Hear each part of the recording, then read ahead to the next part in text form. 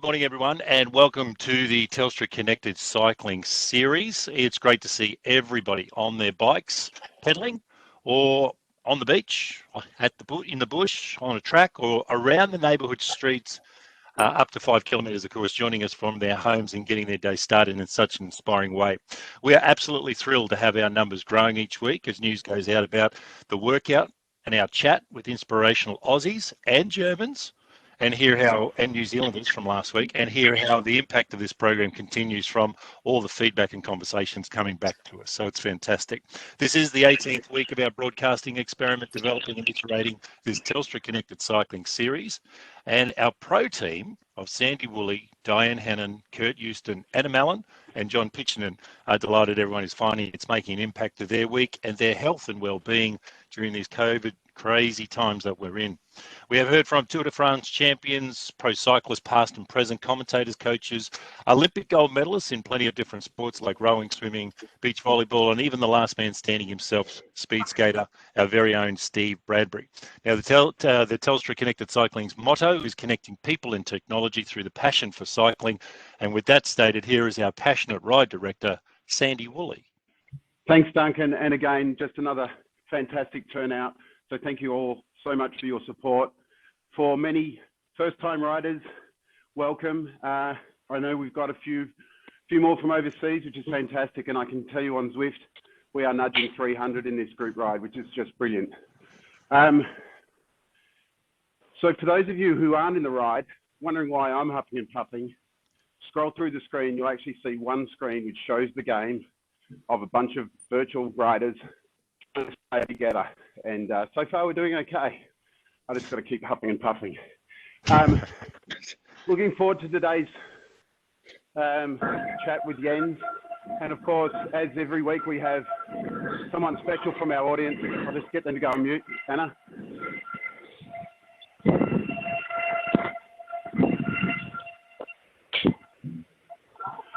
And we have Nick Hall from Telstra Purple, who's going to be closing our show, and I'm sure you'll be warmed by the story that Nick will share with you. So welcome, Nick. And on that note, back to you, Duncan. I look forward to today's chat. Welcome, Jens. Absolutely. So our guest today, as you've heard, is the one and only German superstar of cycling, Jens Voigt. Now, since his first significant win in 1994 in the Peace Race, Jens has spent 17 years in the pro peloton, 33 years basically in total on the bike, with many of the world's top teams. Now, Jens has become a long way and become a cult hero to legions of cycling fans around the world because of the way he goes about his work and the way he's a team member to the teams that he rides for. So he's joining us late in Berlin, where he lives with his family. He's got 6 kids and a beautiful wife, Stephanie, and we are delighted to spend time on Telstra Connected Cycling with the one and only Jens Voigt. G'day, Jens. How are you, mate?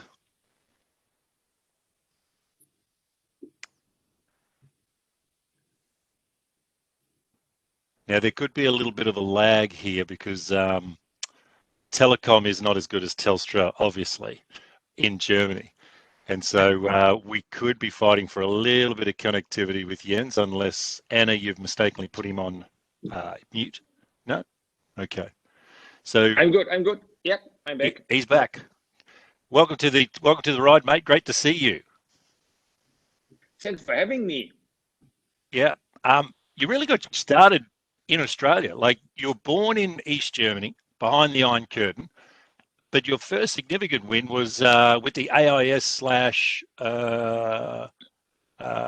team back in 1993. ZBVZ, Giant AIS, yes.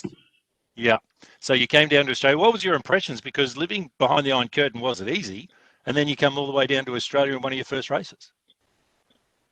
Well, the first thing I remember is it was such a long travel, such a long way to go. Like, you fly like 12 hours to Kuala Lumpur, and then you have a 5-hour layover or 10-hour layover and another 7 hours of flight.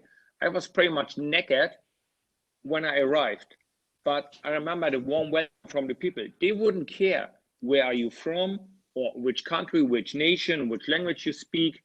They would be just welcoming you as if you would be one of them. So that was my first impression friendly, warm-hearted people. Yeah, well, it hasn't changed, mate, and you've been visiting us for so many years now. Hey, what was it like growing up in East Germany? We hear about it these days, but we really don't understand what the Berlin Wall was really like. I raced many East German swimmers at the Olympics and things like that in the late 80s, but by 1992 in the Olympic Games in Barcelona, the Iron Curtain was basically down. What was it like growing up in East Germany, mate? It was not all bad, but for sure, also, it was not all good. Like by the age of 10, every East German child would know they will shoot when you try to run the country. They will shoot at you at the border. Everybody knew it. You would rather get away with murder than actually trying to run the country. That was an absolute no-go. Everybody knew about it. And yeah, it was just terrible where my parents lived. I could see the wall every day from the kitchen window of my parents' apartment. So that was like right at the inner German border. Everything was pretty much supervised. But for example, the first lock for a bicycle I bought when the wall came down and my bike got stolen. Before that, I never needed a lock for my bike. Nothing ever got stolen. Another story back then, I believe some of us are old enough to remember antennas. Before internet and cable TV, we had antennas on the roof. If you want to receive the official East German program, your antenna would go to the east. If you want to watch Western TV, your antenna need to go to the west. There was a special police unit cruising the streets of every street and checking the antenna, and they would knock on your door to tell you you did wrong. You got 2 yellow cards. The third time they catch you, it was a more severe punishment. So that, for example, was pretty much stupid. Unbelievable. Hey, listen, Yep. so the bike became your way out almost, if you can see the wall from your apartment when you were growing up, and bike riding became very important. And we've all heard the famous story of this guy bringing a bike to your school. And, you get a bike if you go and join the local cycling club, and the rest becomes history, which we're going to get into right now. But did you really look at it like the bike was my way out? The bike was the way I was going to get some freedom after being so stuck in that regime of East Germany? Well, see, back then I was a 10-year-old boy, and my parents were working class. Dad was a blacksmith all his life. And looking back at that now, was probably the first item in my life I got for myself. It was not passed down from my older brother, and I didn't have to give it to my younger sister. It was only for me and my pleasure. So when I got the free bike as a 10-year-old boy, plus at that moment, my parents, we didn't have a car. In East Germany, cars, they were fairly rare. There was a 10-year-long waiting list to get a car. So we didn't have a car. Somebody offers you a free bike. That was just independence, freedom to me. I loved everything that came with it. And I actually ended up training for about 3 weeks, joined my first race and won it. And of course, you're a 10-year-old boy, you train a little bit, you win your first race ever. Oh, I was hooked. And yes, later the bike became my way out, my escape. And I had a period in my life where I was happy to have the bike because I was actually getting paid to hurt other people. It was a safe way to release my demons, and it was good. I just went out full gas, put pain onto everybody, including myself, got home happy, and all my demons were out. So it was good to have the bike in my life. Your parents must have been, just pouring fertilizer on you, going riding on your bike if it's going to get that energy out, because it's the energy that you become famous for. And you had so much early success, and you had some great influences like your coach Heiko. And Heiko came down to the Australian Institute of Sport when the wall came down and really turned that whole program around with some of the most famous names in Australian cycling now. And so you had some good influences on your life. Yes, I knew Heiko already from East Germany. Of course, he was always a track for the coach, and I was more part of the program for road cycling. But of course, we knew Heiko also because he was pretty successful. And when he came to Australia, yes, it was quite a challenge, but he made Australia like a really successful nation in track cycling. And 97, he asked me, hey, you want to join my team? And I had my first professional contract with Heiko Salzwedel and AIS as half of the team as part of our sponsor. And it was pretty wild. I mean, I suppose you all Australians here. I always used to say, when people ask me about it, I always used to say, these Australians, they did show me things no human eye has ever seen before, and we are not made to see that. Honestly, it was eye-opening to meet these Australian boys. It was eye-opening.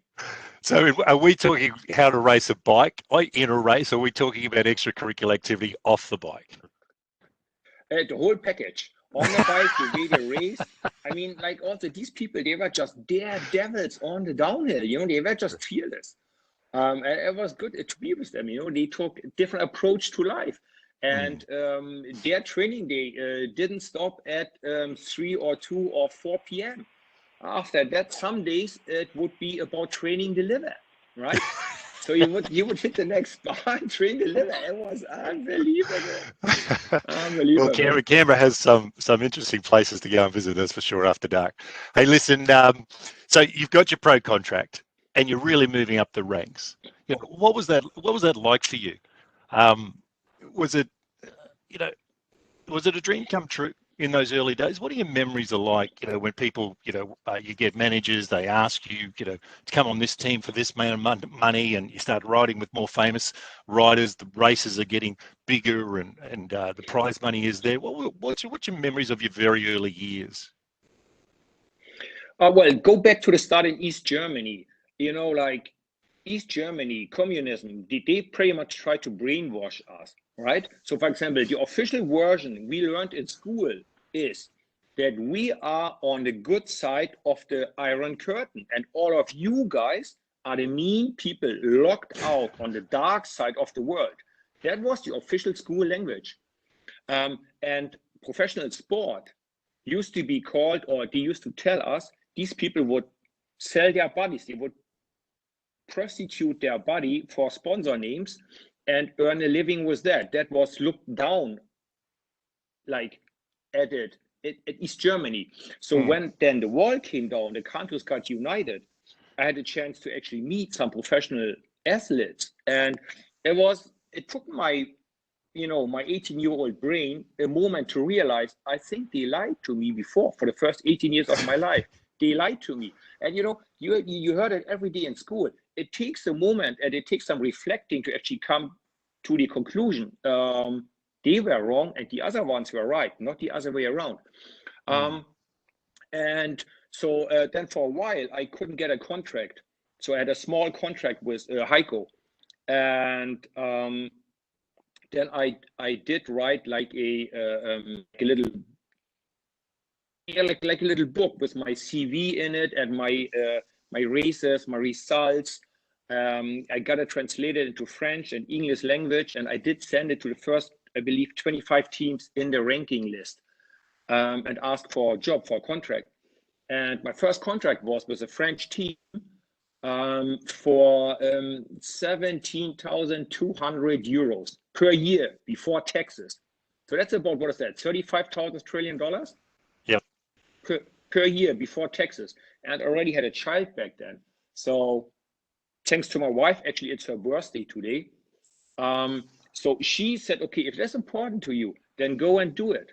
I had a much bigger offer from a smaller team, but she said, look, if that's for you, go. So we had to give up our apartment. My wife and my little son moved back to her parents' place. I put everything in my little car. It was a Holden. Well, the German version, Opel, but you guys call it Holden. It was a Holden. And I put everything in there, like my microwave and my bikes and sheets and cooking materials and pasta and food and clothes. My whole life was in that car. I drove down 1,800 kilometers to southern France, to Toulouse, to meet Hank Vogels and Stuart O'Grady. And I lived with them for the first 3 weeks with my little 1-year contract. And these boys, they did help me a lot to actually get my game on and get my foot in the door with my little 1-year contract. They did help me a lot. And I still have a very good friendship with Stuart O'Grady and Hank Vogels. So you couldn't stay away from the Aussies for long, whether it was down in Canberra No. with your first little team, driving your completely packed up van to start your pro career with a couple of Aussies. Just a word from the bunch here, mate. Megan wants to say happy birthday, Mrs. Voigt, Stephanie, for everything, and Thank you. from everyone at the Telstra Connected Cycling. So fantastic. Hey, and that reminds me, guys, while you're pedaling along, and I know everybody's deep into it, and we're going to get Jens to coach you in a minute to say shut up, legs, and get going. If you've got any questions while you're doing this, make sure you plug them into the chat room and we can ask them from Jens all the way through, because we want you to ask your question of Jens and have that experience of talking to him all the way to Berlin. So please feel free to put your questions in the chat as we go forward. So you're down in Toulouse, you get your first contract. It's a year contract. What was that team like? Because you had great success there and you really started to build your name with that contract. Well, the team, it was a French team, and tradition was the big word. The good thing is you would always know what you get. There was no negative surprises, maybe also no good surprises. You always knew where you are, what you get. Perfectly organized. Back then, before internet, they would have a paper ticket sent via post, right? They would have put it in an envelope in a letterbox, and your ticket arrived every time. In 6 years in their team, I never ever missed one single flight. They always made sure the ticket is 1 week before in the mail, in the letter, and it would go from France to Germany or to Toulouse, where I used to live. It was nicely organized, and we had a strong group of English-speaking people. There was Poli the Italian, who speaks pretty good English. We had Chris Boardman, my first roommate, O'Grady, Hank Vogels. We had Christopher Jenner from New Zealand.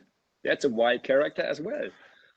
Magnus Backstedt from Sweden, who actually could switch between English and South African accent in his English. He could speak like Manchester English, and he could speak Australian slang, and he could speak South African accent. Unbelievable talent he had in languages. So always had a strong part of English-speaking people. Later on, we had Bobby Juliet, Jonathan Waters, 2 Americans. So we would always have enough English-speaking people that you always feel at home. What was your role early on, Matt? Because you hadn't established who you are as in a captain of the road or a captain of the team or that strategist that we saw you grow into at first.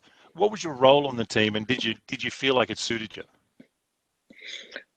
Well, I only had a 1-year contract, so it had to suit me, or I had to make it suit. I only had 1 year. I had a child, and I had a terrible contract in terms of money. So I'm going to make this happen, or I'm out, right? At first, I trained really hard because I wanted to hit the ground running, and I wanted to impress the team at the first training camp. So I had good results in the training camp, like at some test races and all that.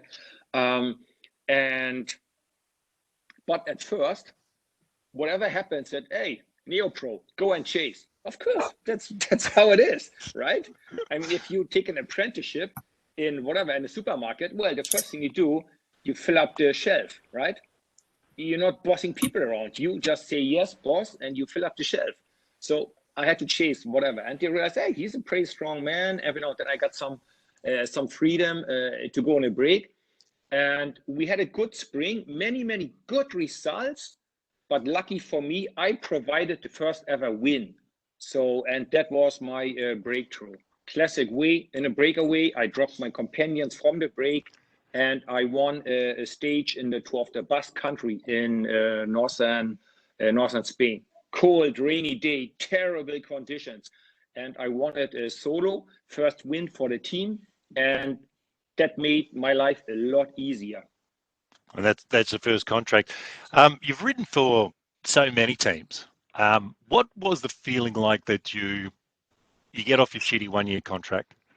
You start really sort of making real money and things like that, and then the big teams start coming over to you and saying, hey, we could really use your strength. You're really starting to gain a name for yourself. What was it like to get that security of that first really big contract and join a different team?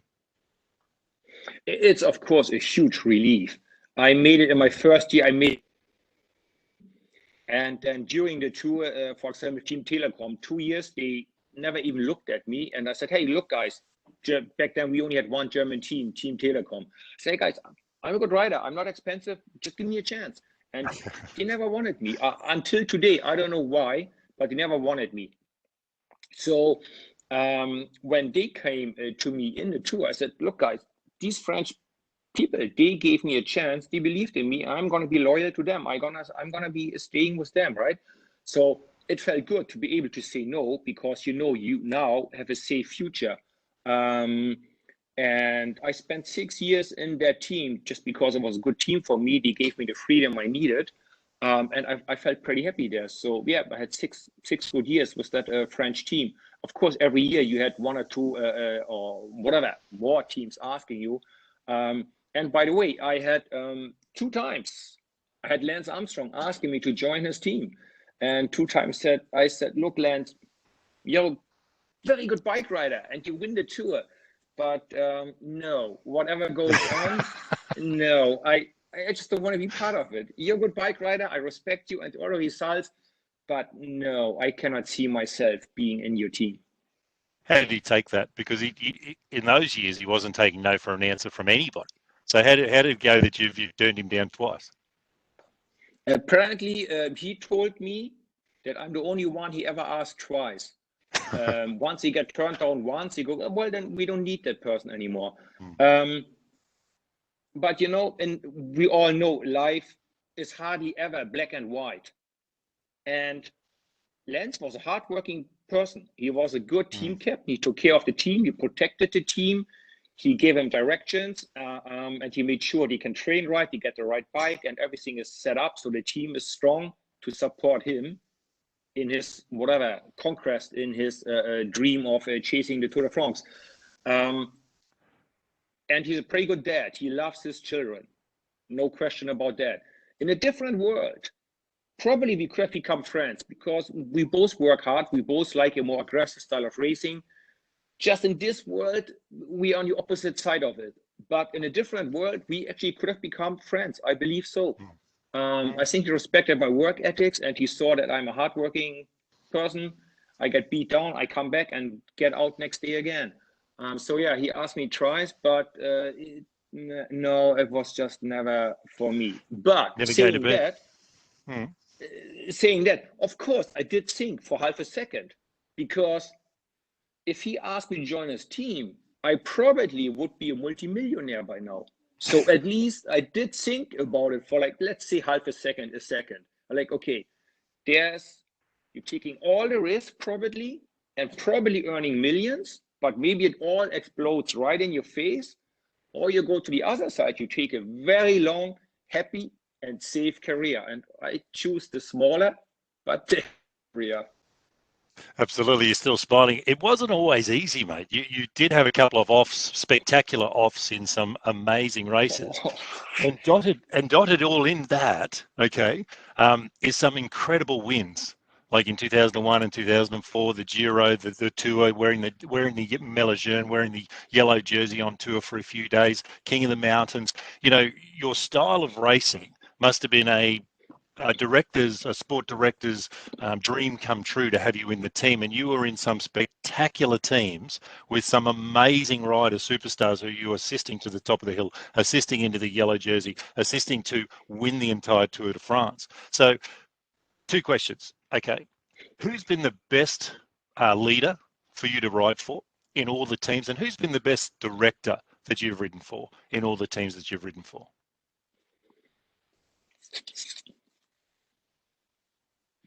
Best leader, I would say Fabian Cancellara. It was more Andy Schleck, but Fabian Cancellara always delivered, and he gave the team confidence, right?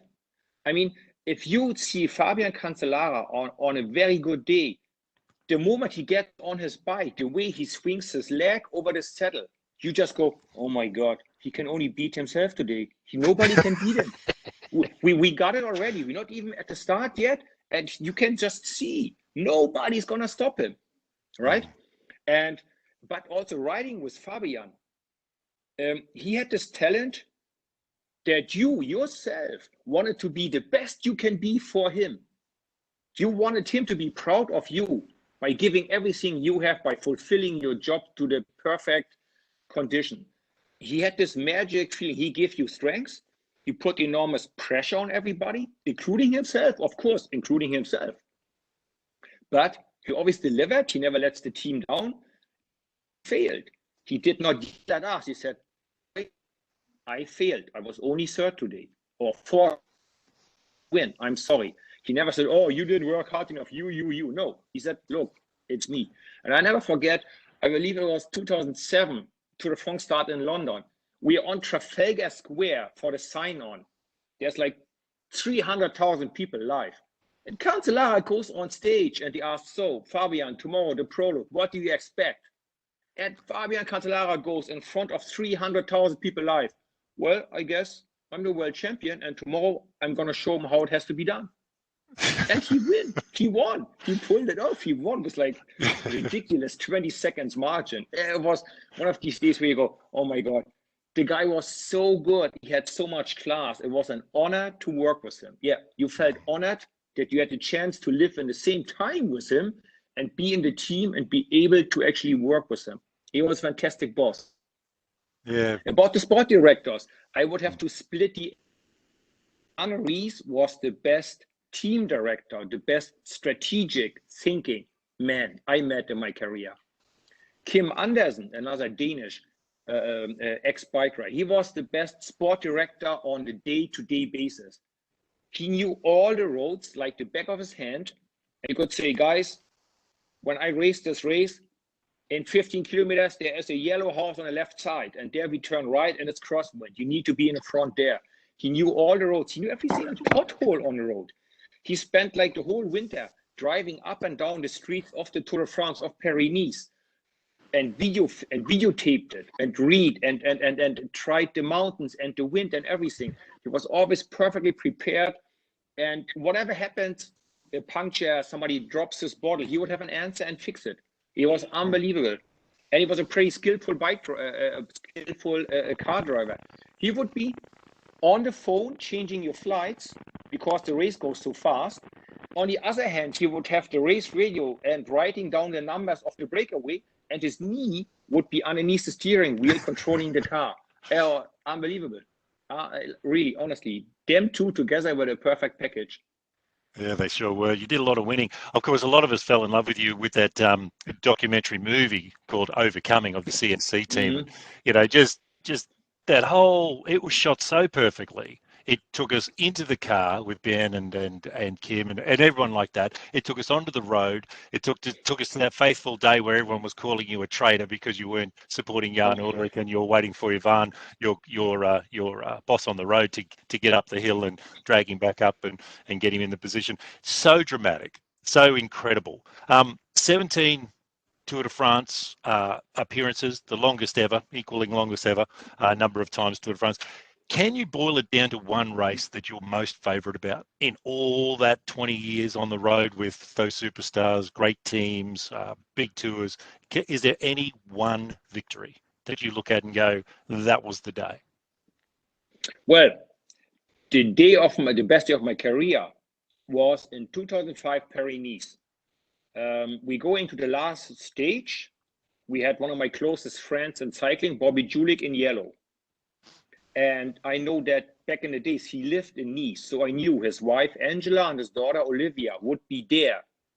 And about 30 kilometers to go, the whole team is gone because we had a pretty tough day, lots of attacking. So it's 30 kilometers to go. My best friend, Bobby Julich, in yellow, and I'm the only line of defense left. And I figured, okay, Bobby has sacrificed himself so many times for myself to make me shine, to make me look good. I figured, okay, today is the day. I'm not going to accept defeat. We're going to make this happen. And I did rise to the challenge. I rode like a team. I kept them out of the wind. I chased Valverde down, Contador and Rebellin and all the big hitters back then. I got him more bottles. I brought his rain jacket back to the car, and we saved the day, him and me together. And then finishing the race, ending up on a podium next to Bobby in yellow and his wife and his daughter in the first line in front of the podium, and they are in tears of joy and happiness. that was the best day where I was the most proud of myself. That was the day when it comes to talking about the best day of my career. That's always the one. And even years later, Bobby told me, you know, I think you were on one of the strongest days in your entire career that day. You could have rode it. He always said you could have rode away by yourself, win the stage, and take yellow for yourself. So, but it was so good to be with Bobby and see the happiness of his family. That's where I'm the most proud on my cycling. That was the best day. Well, that speaks volumes of it, because like, as we've been fans of yours, Jens, and following you all these years, that quality about being a great team person, understanding the aspect for your teammates to get across the line, like Bobby Ehrlich that you're just talking about, then their families. You know, it's such a hallmark about what makes you happy, whether you're in the hard-nosed pro team, or, you know, you're at a small race or whatever. You're always looking after the team, especially when you compete for Germany. You're tremendously patriotic. And, you know, I think you got selected about 20 years in a row, even when you were injured. They still put you on the team, because a German team without Jens Voigt is not exactly German. So you've got that about you. I'm just going to the questions now, because we've got a great question here from Tim Blackburn. What's the toughest challenge, Jens? Riding the Tour de France, or now being a dad at home looking after all those kids? You got 6 of them.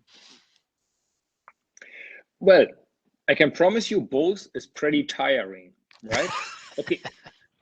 At the tour, you do risk your life every now and then, at least watching after the kids. You don't risk broken bones so much, but both is very tiring. And probably all parents can agree on this one. It is so much easier to get a thank you or well done at your job or in a race than at home. For the kids, it's always more, dad, more, faster, quicker, more money, more food, more drinks, dad, more is better.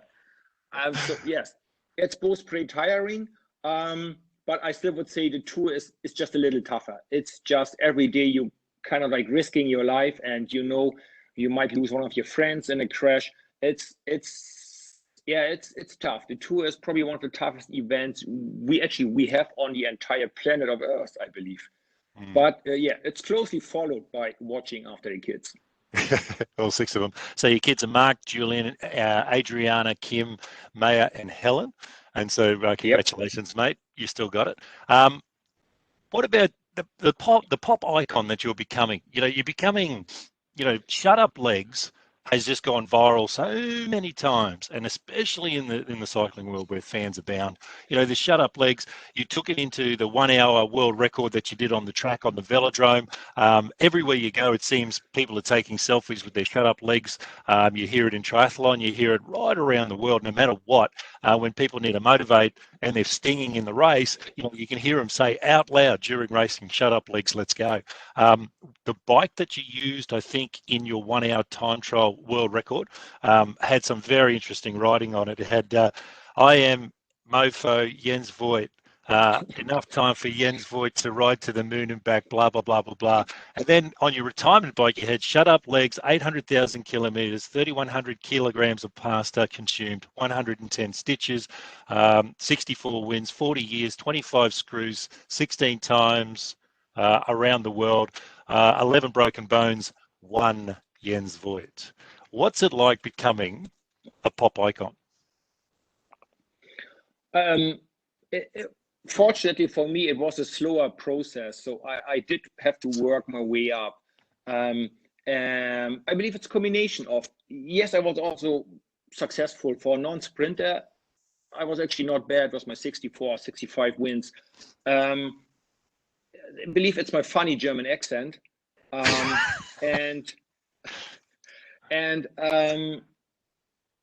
Like, I think people appreciated the work ethic. Like, I go out there, I get my head kicked in and go, okay, I dust yourself up and try again.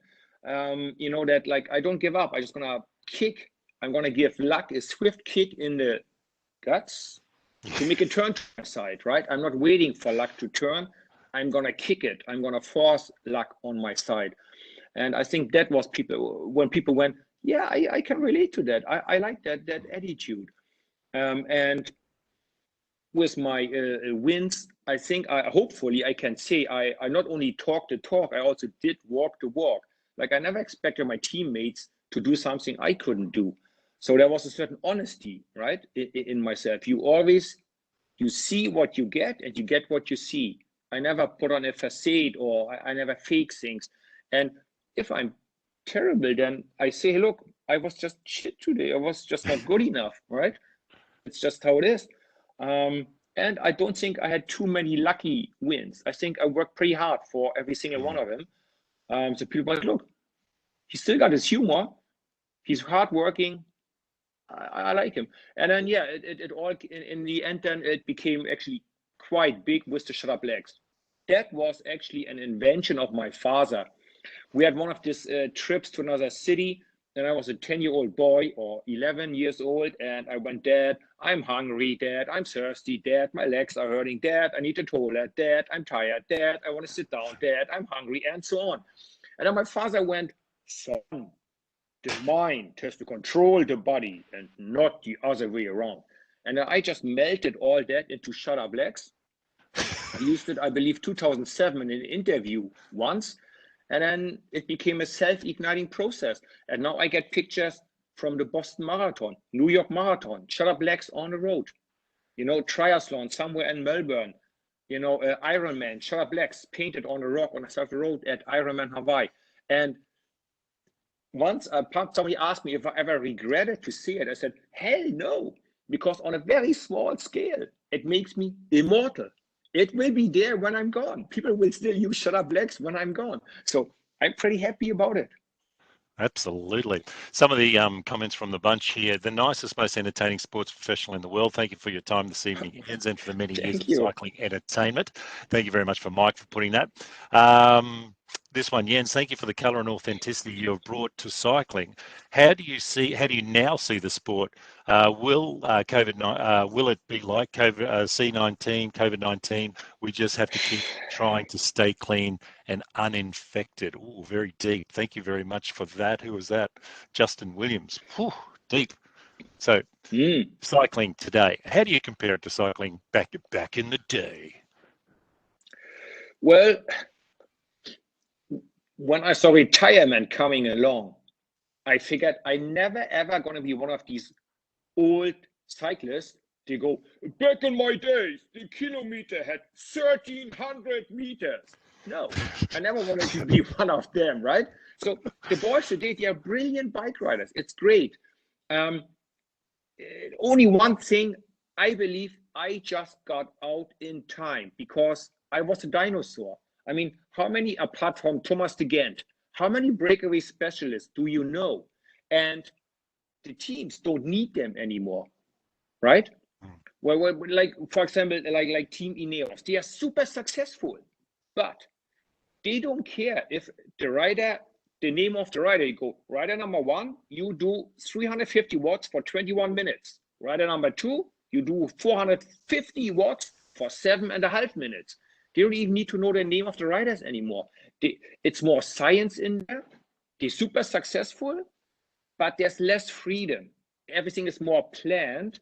And I don't think we can change that anymore, just the way it developed. But teams probably wouldn't need somebody like me anymore. They would basically cut my wings or fire me if I go on a breakaway because I like the idea of going. They would go, Jens, that was not in the plan. And what the hell were you thinking? So I think I just got out in time because I was already a dinosaur when I had the last years of my racing. Now talking about the COVID-19 or Corona situation. Well, I hope races are going to happen because actually I want to have a job at commentating them because I can't wait to see them racing. I want to see. And I promise you the Tour de France this year is going to be the most open and unpredictable and slowest Tour de France in years. Because for a lot of riders, the hardest race in the world is their second race of the season. They are not ready, not at all.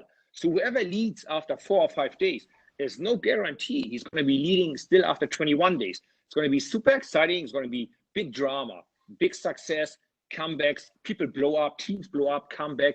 It's going to be fantastic. I'm just afraid that we're going to have this so-called second wave of Corona. And I'm not even sure, even if we start the tour and like planned, there's no guarantee we're gonna finish.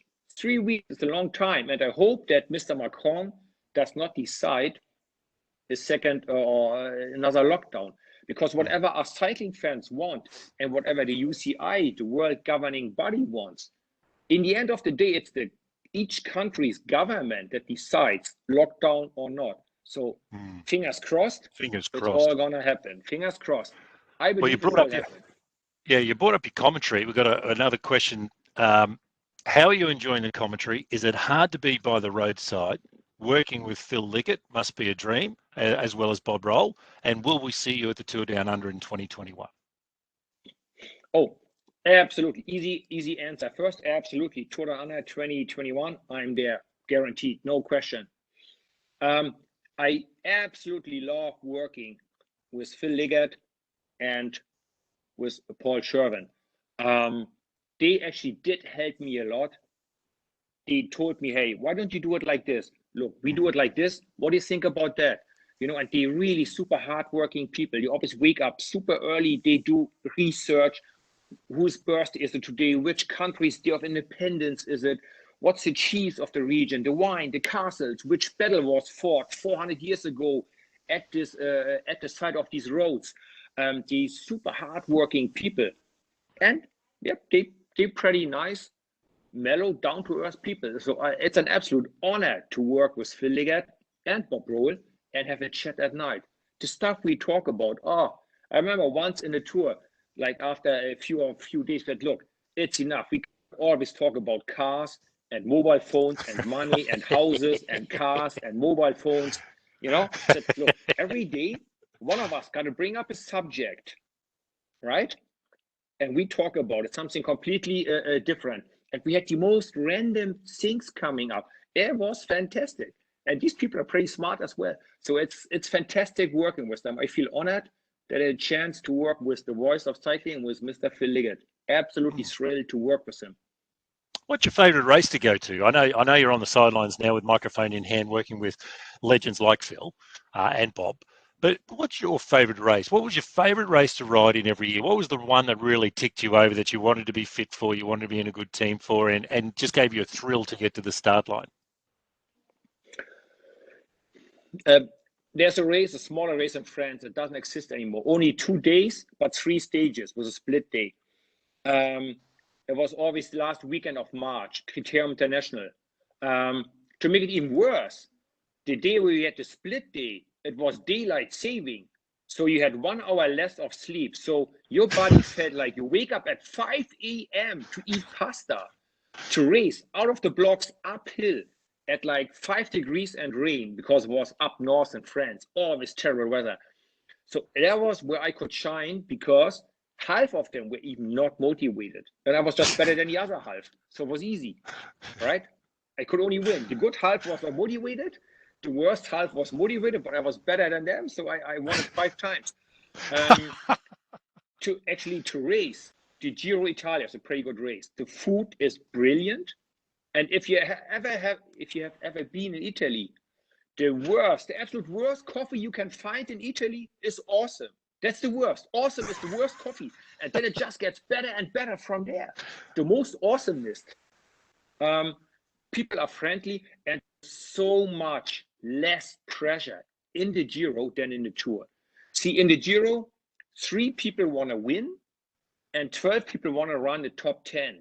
In the Tour de France, 10 people want to win and 50 want to run the top 10. And everybody wants to win a stage. The pressure in the Tour, the position, the fighting for position, it's just unbelievable. The Giro Italia is so much nicer and relaxed. It's a super hard race, but it's much nicer. So I always like the Giro Italia. Great food, always great pasta. I love that you called out your favourite race is like a nasty split stage, raining, shithouse, race that you've won it 5 times. I love that you've led with that, and then you've got to the Giro d'Italia for the atmosphere and the fun. Interesting. Speaks volumes about you for sure. So what's in the future? You've got your commentary. You've got your 6 children, your beautiful wife, Stephanie. Birthday today. Happy birthday, Stephanie, again. So what takes up all your time? I know we're in crazy COVID conditions right now, but you're with Trek. You're still with Trek. Are you going to be a sport director one day? Can the tour even sustain Jens Voigt as a sport director of one of the pro teams? Well, one of my sons, he did race for a while, for about 5 years. And I realized I'm not one of these, aggressive, pushy dads. I'm like every lap he did, hey, Julian, yeah, well done. Another lap done. Awesome. I was a pretty happy dad on the side. I didn't yell at him. And I hated these other dads. They would go, oh, I told you, you have to use this gear and whatnot. I was pretty happy. I was just chilled out. So I think I could be a good sport director. The riders were afraid that I would be sport director. They would go, yep. Oh my God, imagine him in the car, He's gonna go, hey, there's a group, chase the gap. And then he couldn't chase down a group. And then the rider said, look, I can just see Jens in the car yelling at us, you idiots, I did it all by myself for 20 years. You want me to show you how it has to be done? You want me to have a comeback? I don't want him in the car. But I'm sure I wouldn't be like that, because I had very good days, of course, but also terrible days. I know it's hard work, it's hard work. So I think I would be a fairly fair and relaxed sport director. But being a sport director, you got to be with the team every single day. And I wouldn't have time for nothing else. Like this is much better, right? I mean, just look at the Tour de Cure. That's always in April. If I would be a sport director, I would be in the Belgian Classics in a car with my riders, and I could never do the Tour de Cure in April or early May. So the life, the way it is now, gives me so much more freedom, or things to do I also like. And we also got slowed down by Corona or COVID-19. We're about to relaunch a new Schrablexx cycling clothesline. So we're working on that. Just gonna get that out towards the end of the year. So it's gonna be all good. Life keeps me busy. Yep, some shut up legs jersey would be great, mate. There's about 180 people on this call, and we will buy one each, believe it. Hey, listen, we've got a question from the bunch. Thanks, Tim. So many stories, so many for instances, and you've been part of so much folklore in the 20 years. One of those folklore stories is when you borrowed the kid's bike in the middle of a stage of a Tour de France. Could you tell us that? That's an anthem story. We love it. Can you please tell it? Well, I had this terrible crash, 2009, where I face planted and it was just sliding on my face. And they took me off in a helicopter. So the tour was over for me, 2009. 2010, downhill in the Pyrenees. I have a front tire blowout, and I just had enough time to think, oh, this is going to be painful, and I was down. And I figured, I'm not going to give up one more time. I'm just not going to abandon another Tour de France here. So by the time official rules, you can only receive medical or mechanical service on the right side of the road, and I crashed on the left side. So I had to wait for riders to come down this descent, and I could cross the road. And I had a pretty big, deep cut on my left elbow, and blood was running down my arm onto my fingertips. And when I crossed the road, I left a trace of blood behind me from the blood spilling out of my elbow. And by the time then the race doctor came by and he stitched it together and he fixed it. Or no, he didn't stitch it right there, but he put like a pressure bandage on. And like 5 times he asked me, hey, what's your name? What day is it? Can you see how many fingers are these? And by the time they said, okay, you're good to go, I saw Robbie McEwen coming past, right? And Robbie is one of the fastest and best sprinters ever in cycling history, but he never liked the mountains. If you are behind Robbie in the mountains, you are in deep shizai. It's serious, right? If you're behind Cavendish or behind Robbie in the mountains, you are in trouble. So and nobody else was there, right? There was the race doctor, a commissaire to watch what I'm gonna do, and a police motorbike. I'm like, what can I do? The bike is broken, the frame is broken, the wheels are broken. What can I do? And then I saw this car with yellow kids' bikes on it, clip toes and limited gears, like a 50 chain ring and a 16 sprocket. Limit junior gears. And like, hey, can have one of them. And he looked at me like, hey, you really did crash on your head, didn't you? Like, no, I'm no kidding. I want that bike. So he gave me that kid's bike. He followed me because he was just afraid I might, I don't know, steal it or whatever. So I did about another 10 kilometers of downhill with it and another, maybe 10 in the valley. And by that time, my team has realized, okay, Jens just doesn't need a wheel, he needs the whole bike. So they gave my spare bike from the roof of the director's car to a police officer. And then at the next corner and to the next mountain, that police officer was just jumping onto the road, said, Monsieur Voigt, ich habe Ihr Fahrrad, I got your bike. So I changed back to my spare bike. And yeah, I think on that climb, I caught Robbie, and later I caught Mark Cavendish.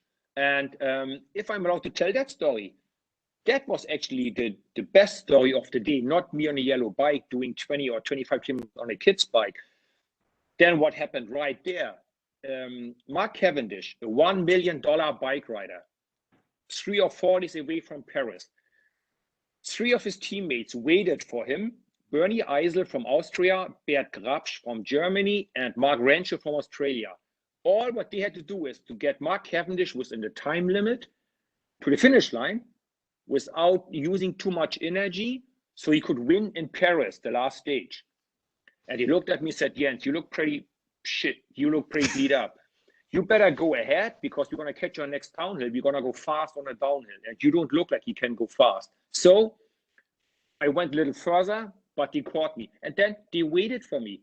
Every corner, they dropped me by easy 30, 40 meters. They looked back, stopped pedaling, waiting. And every second they waited, they knew they made their own life harder, right? And I cannot imagine their sport director in the earpiece. He's going to go, you idiot, go. You got Mark Cavendish. Your job is to bring him to the finish line. And they waited for me, a beat up old German. That was, honestly, and they didn't do it for the gallery. They didn't do it for the TV, for the photographers. Nobody knew about it, just us. And you waited for me, just our camaraderie, respect, sports. That was one of the biggest displays in fairness and sportsmanship I have seen, honestly. They waited for me. They made their own life harder because they didn't want to let me down. And then they never asked me to pull. They never said, Jens, come on, go faster. No, they just waited for me, made sure I'm there, and they brought me to the finish safe and sound, and I finished the tour. Thanks to them. Honestly, these 4 guys, they really saved my day there. Well, you get what you get. You get what you give in life, Jens, and you are full of these stories where people have stood up for you and brought you to the finish line, or you've stood beside Bobby and winning a tour and all that kind of thing. So you get what you give, mate. And you've given so much to so many people on this tour for 20 years. We've got some calls coming in from the rest of the bunch. Wonderful start to the day. Thanks, Jens and the TCC team. Good listen all day. Great work, team. And of course, Jens, you're a superstar. This is fantastic. Thank you so much for all. And thank you for Jens. Now we're going to do a couple of things. We're going to do the voice of the bunch now. So each week on Telstra Connected Cycling, we ask one of our audience to close our event. We ask them to share a bit of their story, and this week we have Nick Hoare to be that person. As you recall, Nick suffered a serious spinal injury at the end of February while mountain biking. Since then, he has been undergoing intense rehabilitation, showing incredible courage to regain movement in his legs. Nick's rehab is going well, and he's doing it a bit tough in this lockdown situation. So Nick, take it away, mate. Voice from the bunch, Nick Hoare. Cool. Thank you, Duncan. I'm not quite sure how to follow the one and only Yenzi, although the first time I saw Yenzi was that video of you post your crash after the face plant when you're in your bed and you said, you might not recognize me, but I'm Jens. So anyway, this is not a virtual background, this is my bed. And I just thought I'd give you a bit of a story about my spinal injury and through the lens of connectedness, which came through on several fronts. And if I can do a segue from Yenzi and his shut up legs, I suppose my story is about wake up legs, and you're allowed to laugh about that. So back in mid-April, I had a serious spinal injury going off-road and just came across a log and thought I'd give it a go because I did not even comprehend that the possible worst accident I could have would be what happened to me. I thought maybe a broken collarbone, maybe a cracked pelvis. You know, they're kind of like the worst things that could possibly happen. Just cut the story short on that one. I basically balls up the getting over the log, and I hit it and went straight over the handlebars and landed on my head. I remember instantly I could not feel my legs, and I got to the ambulance, and the next thing I kind of remember was about 2 days later when I woke up, I'd had a couple of operations to put some metalware in the back of my neck and also in the front of my neck. So I've got a few screws and titanium in there. So I've got a little card that lets me get through security guards now. I just have to flash my card and they'll let me through any security thing when it flashes up as having metal in me. And I just remember waking up in the ICU unit, and I was lying on my back. I couldn't move my legs at all. I had no movement below pretty much my chest. My arms could move, but and my hands could move, which was lucky for me given the height of my accident, which was a C5, C6 injury in my neck. But I had more, I had functionality that belied that kind of injury. However, I had no strength, and the body goes into spinal shock for about an 8-week period. So I was telling the guys yesterday, I couldn't open the tub off a yogurt, the lid off the yogurt tub, even though I could move my hands. And so from that point on, everything became about getting better and rehabbing and getting what muscles were working, getting them better, and trying to get the other muscles that weren't moving at all to move. So I spent about a week in ICU. I spent about 5 weeks in an acute spinal setting at the Austin, and then I've moved to Royal Talbot, which is more of a rehabilitation centre. And I've got about a 3-month stint here. So I've been out of action for about 3.5 months. I've got about 1 month to go until I return home. And the physical side of things has been progressing fantastically. So I remember the first thing I could do in the spinal unit was I could wiggle my toes every now and then. And I'd show the doctor and say, hey, I can move my toes. And they'd say, show me. And I was like, come on, toe, move. And it's like, come on, perform. You've got to perform now. And show the doctor that you can do something. And it just wouldn't do it. And but eventually that progressed to the point that I could move my toe on demand. And it just progressed from there, just thinking about moving things. And every time I could move something, it was just like I just spent all day, every day, just trying to move that thing and move it a little bit more.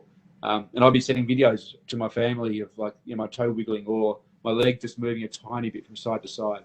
But it's got to the point now that I can stand. So I've been standing for about 2 weeks and starting to take some very early walking exercises.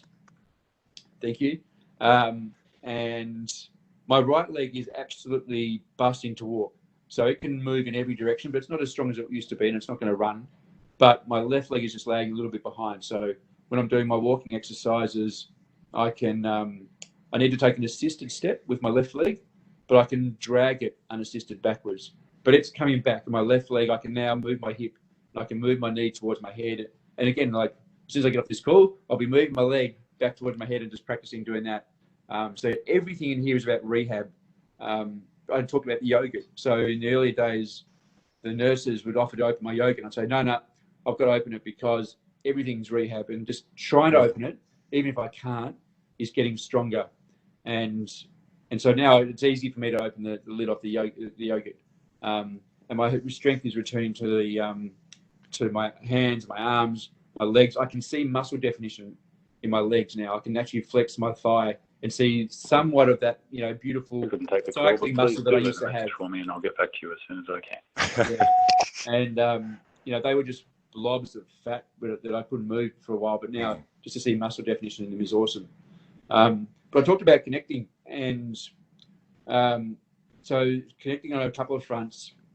My cycling buddies and I know a lot of the people on this call, and probably, I think I saw Jeff Coombs and Peter Brain there as well. And I think about 12 years ago, I thought I'd already had my life-changing incident when I had cancer, but I've had another one. But the cycling community I knew came out of, they've been unbelievable in terms of little things like in here. I didn't have a TV for a while, so my cycling buddies bought me a TV and brought it in here, and I've got it sitting over here in my bedroom. And I was very acutely aware very early on in the process of the amazing amount of support and love that was out there from all the people letting me know via technology about, I've heard this, I'm here for you, anything we can do, let us know, don't hold back on asking us stuff to do. So the amount of connectedness that happened through technology was fantastic to know how many people were out there. But also the connecting was really, really tough, because through this COVID process, I've gone through phases where I was allowed like one visitor per day for an hour, and that was my wife. Then it kind of expanded because COVID relaxed a little bit, and they let us have 2 visitors for twice a day for an hour. And then it's actually rolled back now to the point that I don't have any visitors at all. Not even my wife is allowed to come and see me. And my kids have never been allowed to come in because they're under 16, and the rules have always been under 16 kids can't come in. So I get a bit emotional when I talk about this, because I get home in about 4 weeks and I've seen my kids about 3 or 4 times in 3.5 months. Or by the time I get home, it'll be about 4.5 months and I've seen my kids about 4 times. So there's a real lack of physical connectedness that happens through this COVID process. But I'll say thank God for the technology around FaceTime, MS Teams, and Zoom and all the other applications that allow you to at least connect in a visual sense like this, because I can't imagine what this would have been like, I don't know, 20 years ago or 30 years ago. So I know I'm standing between, well, I'm not standing, sometimes I'm standing. At the moment, I'm lying between, you guys and girls have all done a good ride and a coffee and breakfast. So I'll probably stop there. I don't know, Duncan, that's going to roll off for the day, and wish everyone well and stay safe and sane in these really hard times. So, yeah. Thanks, Nick. Thanks for sharing your story, mate. You're battling on, and we're great to connect with you this morning. Thank you very much for your story. Hey, guys, if you want to get your phones ready, we're going to get a selfie with Jens. So if you want to grab your phone, position yourself in front of the screen. Jens is going to be on the big screen looking like a German icon, superstar. We're looking forward to seeing you, mate. We're looking forward to hearing your commentary, of course, going forward with Phil and with Bob Roll and everything you're doing in cycling. You've got so many fans down here and right around the world. Shut Up Legs is going to outlive you for sure. So everybody ready? Get your selfie ready. Get your selfie ready. And are we ready to go? 3, 2, 1. Let's see those pearly whites, Mr. What was it? Monsieur Voigt. Monsieur Voigt. So very good. Just to get Jens up on the screen, Jens, if you continue talking, you'll come up on the screen, and that'll give everybody the opportunity to actually take their photo. Alrighty. Okay. Shut up, legs. Awesome. Yep, shut up, legs, indeed. Just so if I just keep talking, did you guys know that in the last years in Adelaide, every year I saw at least one koala bear? I actually became pretty good at spotting them. No kidding you. They're not that common, but every year I managed to see at least 1 or 2, sometimes even up to 10. And while you're riding in the race? No, but before going to the race, or when you have like an easy training session, actually you can see if you know how to look and where to look for them, you can actually see them. And then you can spot them. They're pretty cute, but I heard you're not supposed to touch them. They can scratch you. And apparently they also pee on you if you try to hold them. That's what I heard. Well, you got 6 kids, mate, so you're probably used to scratching and peeing, so it's all good, mate. Hey, you got to make sure they don't drop on you too. Yeah, exactly. Drop theirs. Yeah. Hey, Jens, we've taken up enough of your time, mate. Thank you so much for joining us from Berlin. Happy birthday to Stephanie, your wife. Thanks for having me. And really, really appreciate it. Thanks, Nick Hoare, and thanks to the Pro Team for delivery this morning. It's great. If the Pro Team can stay on, we'll say goodbye to Jensi. Auf Wiedersehen. And we'll see you again soon. Thank you, Jens. Thanks, everyone.